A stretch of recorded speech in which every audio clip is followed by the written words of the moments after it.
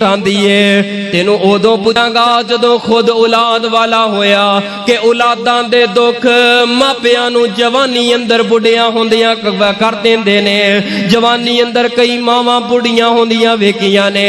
कोई दौलत दी कमी ने, किसी किस्म दी कोई भुख ने।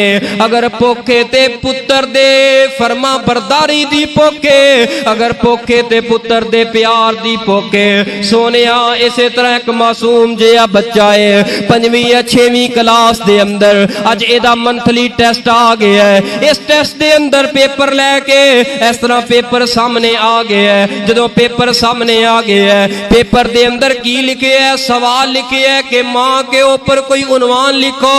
मां दी मोहब्बत की है, मां दी ममता की है, मां दा प्यार की है, मां दी औलाद दे नाल शफकत की है। फरमाया कि दे उन्वान ते हर अपना हर कोई बच्चा आपो अपने ज़हन दे मुताबिक अपनी अपनी सोच ते फिक्र दे मुताबिक कोई उन्वान लिख दे। हर बच्चे ने लिख दिता है।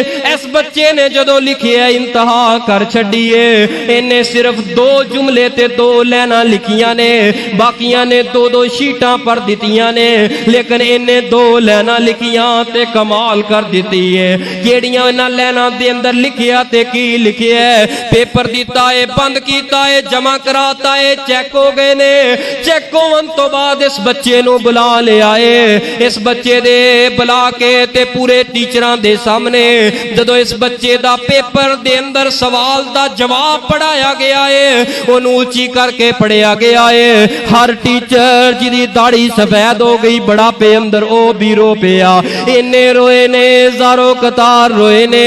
ओदे अंदर सवाल आया कि मां के ऊपर कुछ लिखो। सारे बच्चियां ने मां दी अजमत दे गल्लां लिख छड़ियां।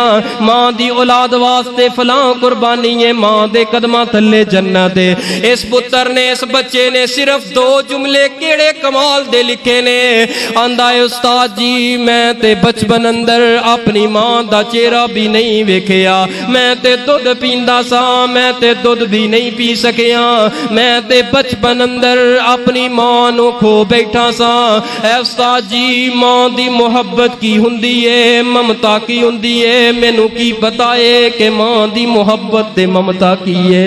अज तक ते मैं आवाज नहीं सुनी मां दी। मां दे किन्नू ने लोगां दे कोलों सुनना वा कि मां नू एक आवाज मारो, मां 10 वार बेपुत्र कहंदी है। उस्ताद जी एक दिन मैं कब्रस्तान अंदर चला गया, मां दी कबर ते बैठा। मां नू पता नहीं किन्नी देर आवाजां दित्तियां, लेकिन मेरी मां ने मेरी गल नहीं सुनी। मेरी मां ने अगों आवाज नहीं दी। उस्ताद जी मैं ते बचपन अंदर मां दा प्यार चख के नहीं वेखिया। मैनू की पता है मां दी मोहब्बत की है, मां दी ममता की है, मां दा प्यार की है। यकीन जानो सारे टीचरां नू ज़ारो कितार रवा छड़िया इस पुत्र दे जुमले ने कि मां किनू आंदे। यार की पता होवे ओनू कि मां किनू आंदे ने।